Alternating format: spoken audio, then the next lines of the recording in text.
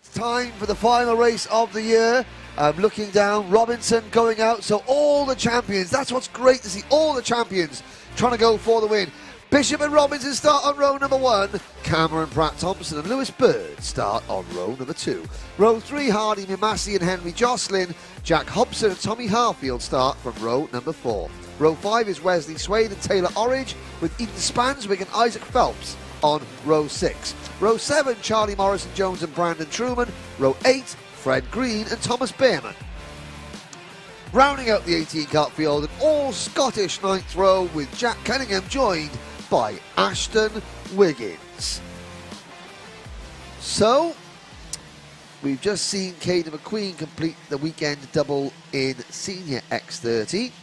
Can Macaulay Bishop do the same in Mini X30? However, if Leo Robinson does win this race, he moves on to 5 wins in the category, and that ties him with Oliver Greenall and Vinnie Phillips, the last 2 champions in this class, on 5 overall wins. That would be a nice bit of symmetry. But there are 16 other drivers who would like to have their say in the matter as well. It's a false start, and so I'll take you through a bit of the other facts and figures. Well, the only other driver on this grid who has got a win in the Mini X30 category at the British Championships is Macaulay Bishop. He's got 2 wins. Robinson has 4. In terms of teams, Fusion Motorsport have won 17 finals in Mini X30. Croc Promotions and Paul Munn Racing have got 2 apiece. KR Sport, MLR and Jade have got 1. Now, last year here at PFI, the doubleheader, Vinnie Phillips won the first final and was crowned champion.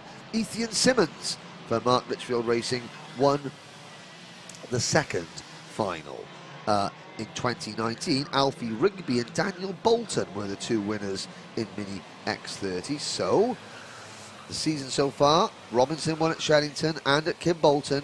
Then Bishop won the 3rd round at Larkhall. Robinson won the 4th round at Larkhall. And the 5th round at Rowrah, Bishop won yesterday. They have been a class apart of everybody else. They're going to finish 1-2 in the championship. They're starting 1-2 on the grid for the final. 12 minutes to go. Anthony Jordan, let's bring them to the line. Lights are out. Let's go racing. Yep, let's do that indeed. Good start from Bishop. Already takes the lead, holds on to it. And Robinson down into 3rd. And that was that Green off the track there in the background? I think it may have been. Fred Green, the 51. Straight off the circuit, comes back on, albeit now at the back of the field. Gets back onto the straighter now. Everyone round then the final corner. That was Yaz running it across the middle of the track and down into the braking zone. Bishop holding on to that lead, and Bird into the back there of, was that Pratt-Thompson? I think it was, yes, it was the 2 Pullman driver program entrants getting well acquainted, a bit too well acquainted with each other. And now Lewis Bird in the number 10 kart finds himself being squeezed wide by Hassi Messaoud in the number 44. Very impressive weekend for Hassi Messaoud, it has to be said so far. Henry Jocelyn is up into 3rd position, and there's Ethan Spanswick going through, and Wesley Swain.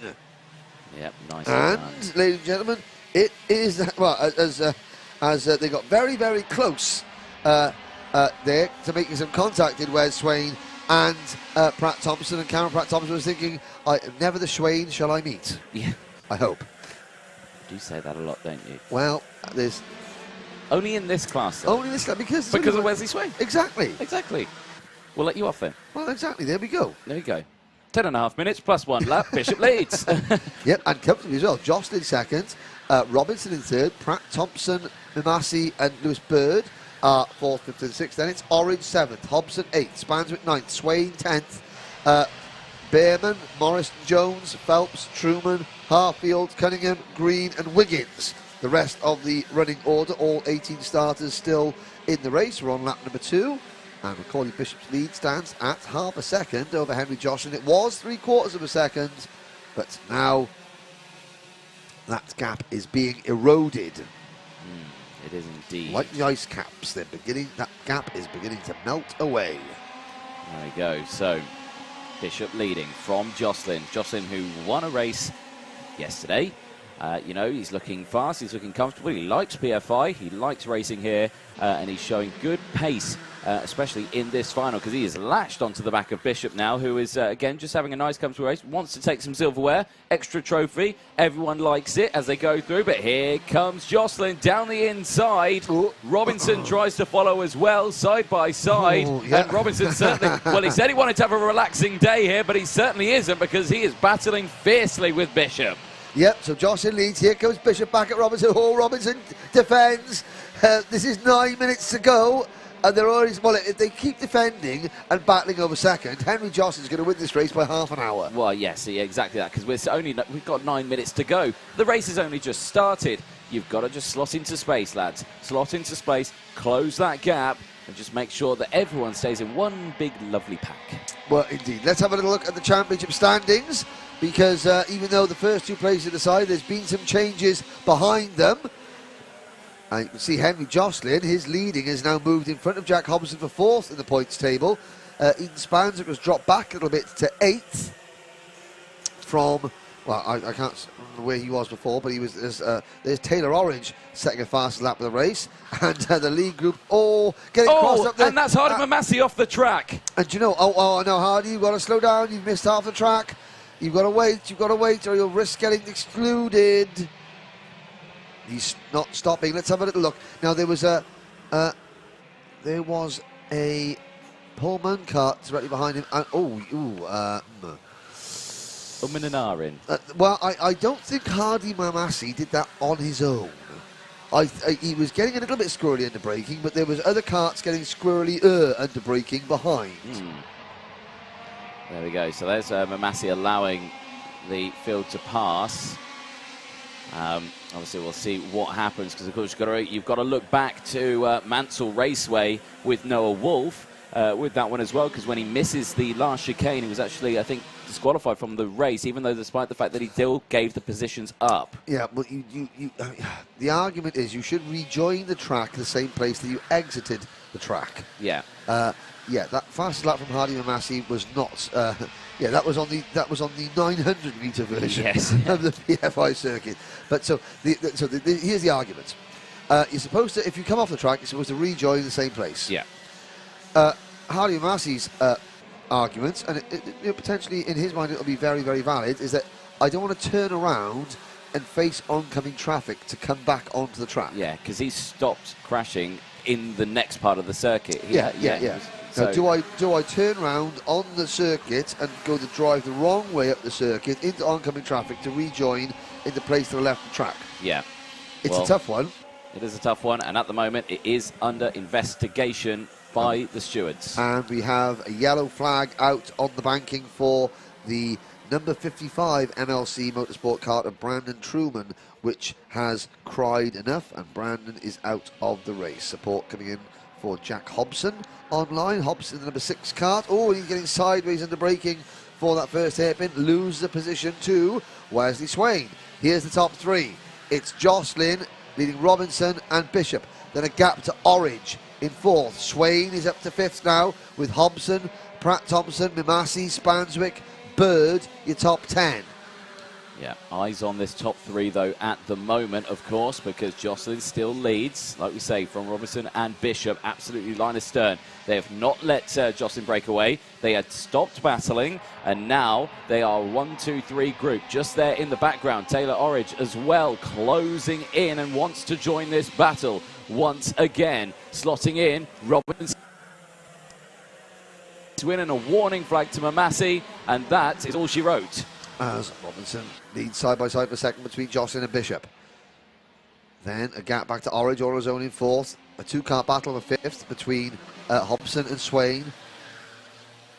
And another change. Jocelyn now moves to top spot. Robinson goes from 1st to 3rd. Orange gets ever closer. And now it's Bishop's turn to take the race lead. And of course, sadly, they're not going to get counted as official lead changes because it's only official at the end of each lap. Yeah. Robinson might be back in front by the end of the lap, and that'll show no lead changes, where in fact we've had 2 or 3. Yes, yeah, exactly that. So patience is the game all the way through this. So, and of course, mini X30 drivers are well known for their patience, aren't they? Very renowned for it. Renowned for patience. Blue flag going out. Who's that for? I think that the marshal might have. I think it's from Mamassy. Is he being told? So he's been told to get out of the way and let everyone go past him. Okay, well, that's what a blue flag means. He might be thinking to himself, well, what have I done? I'm not a lap down. Well, you're shown the blue flag, which means you make way for the vehicles behind you. Yes, indeed. The context is irrelevant, and now you can see Massi is letting a couple of drivers go. He's now behind Lewis Bird in the number 10 kart. Is he going to let any more go? Well, I suppose he thinks when they stop waving the blue flags at me, that's when I stop letting people pass me. Yeah, exactly that. So he'll carry on going for now, albeit he'll keep seeing those blue flags until everyone is happy. 4 minutes to go then, plus that one additional lap. Bishop still leads from Jocelyn Robertson and Taylor Orridge. How nice would it be to see Taylor Orridge win a final? Well, it would be very nice. You know, I mean, there's going to be a pun there. Orange is porridge. No? Something like that? No, I mean, it'd be nice to see, Taylor Orridge. It would be nice for anyone to win a final. But well, yeah. No, the blue flag's still waving for Hardy and Massi, so he's got to keep letting people go. Keep letting people go, and Chris Lamar and the rest of the Evolve team should be sort of telling him that from the sidelines. And now we got a four-car battle. So your proclamation about how nice it would be to see Taylor Orridge win a final, well, it might be about to bear fruit because he's caught the lead pack, and with 3.5 minutes to go, Bishop is already defending. And that might be a little bit too soon. Well, let's find out. Let's see what happens, because like you say, yeah, it is too soon, because in karting terms, like you say, 3 minutes is a lifetime. An eternity. An eternity, especially in Mini X30, because we know how quickly it can all go awry. And here we go then. Oh, there we go. A quick direction change from Bishop there. And that was right in front of Jocelyn. Bishop with the warning flag now because of something along the circuit. But, yeah, as they exit out of the Mike Wilson complex, out of the final corner, back onto the start, finish straight. Bishop still leads at this moment in time, but Big looks over the shoulder, and it looked like a bit of a tap there from Jocelyn behind, because you saw the head go back. But as they go through, again, absolutely line astern, nothing between any of these four drivers. Well, of course, you must remember that yesterday in the final, Bishop and Jocelyn battle for the lead. Jocelyn was a little bit aggrieved at the way he went from first to second with 2 or 3 corners to go, but there was no penalty given, so but that doesn't matter to Henry. He'll still be aggrieved. Yes, I think that was Jack Hobson in the background as well, sending one down the inside of Wesley Swain, moving up into P5 in the background. There it is on your screens, but like you say, chopping and changing here as it's starting to heat up between those top two. Bishop and Jocelyn down the inside, looks it there, but can't quite do it. Another warning flag for Bishop. He's in dangerous waters now. I think it's for defending too early. Yeah. I think that the drivers were told in the briefings, do not defend too early, because when you see karts hugging the white lines, it creates and that's why accidents happen, because the entire field gets punched up. Now we saw Bishop defending with 3.5 minutes to go. 90 seconds to go over the bridge, and there goes Jocelyn to the race lead. Bishop, and that's why Bishop's going to be thinking, well, I didn't defend and I lost the lead. So I want to defend because I want to stay in the lead. Yeah, exactly. It's another valid point that he makes. It does. It is indeed. And now it's almost 3 wide here because Taylor Orridge is the meat in the sandwich. And my goodness me, that was a bold move there from Orridge. Oh! And now on the outside, Bishop spins as Hobson as they come together out of the exit of hairpin 2. And again, here's a replay of what actually happened there. So Hobson is on the, Taylor Orridge is on the inside. Hobson dives down the inside there and then just goes on top. And it was just, yeah. I think as they came out of the corner, Hobson and Bishop locked wheels. They did, and that sort of pushed Hobson even wider because the steering went away from the kart, and Bishop found himself being squeezed. He did a nice 360 to carry on, but his chances of victory, I think it's safe to say, with 30 seconds to go, are over. Jocelyn and Orridge. Whoa, Henry Jocelyn there. He ran wide going through turn 3, but it wasn't all him, if you catch my drift. Exactly that, but Orridge round the outside. Again, a bold move. He likes to position that kart in strange places. He's experimenting of what he could potentially do here to Jocelyn. But you've got to remember, Leo Robinson is right there. He's still there in 3rd place. He's sealed the championship. He's not worried about that, but he still wants this final win. The timer strikes 0. This race is still very far from over. We've still got 1.5 laps to go. Jocelyn still leads. Taylor Orridge still there in 2nd place. And Hobson is closed in on this group as well. 4 drivers come through the Mike Wilson complex as the clock strikes 0. 1 lap to go. Jocelyn, Orridge, Robinson and Hobson. Then a gap back to Marcy in 5th, Swain 6th. Pratt Thompson in 7th. Bernadette, and Leo Robinson trips up over the back of Taylor Orange's kart. Has that cost Leo Robinson? It's cost him 30. Here comes Jack Hobson. Hobson, what a move! He passes 2 people on the bridge. He goes outside, inside. Well, Oliver Clark said you've got to send it, and he did. And now Orange comes back. It's getting a little bit antsy here, half a lap from home. Well, goodness me, everyone just try and make it back in one piece as Hobson back down the inside of Jocelyn now. Jocelyn running wide, comes back out into the circuit. Robinson still back there. Mamassi's back into this battle now as well. He's there in P4. This has allowed everyone to concertina back up. Pratt Thompson's in there as well. Wesley Swain is in this battle as well. The 51 is off the track. That's Fred Green, the privateer. He's off the track there, but only a couple more corners to go. It's all getting boisterous here, but out of the final corner, it's going to be Taylor Orridge who's going to take the race win on track.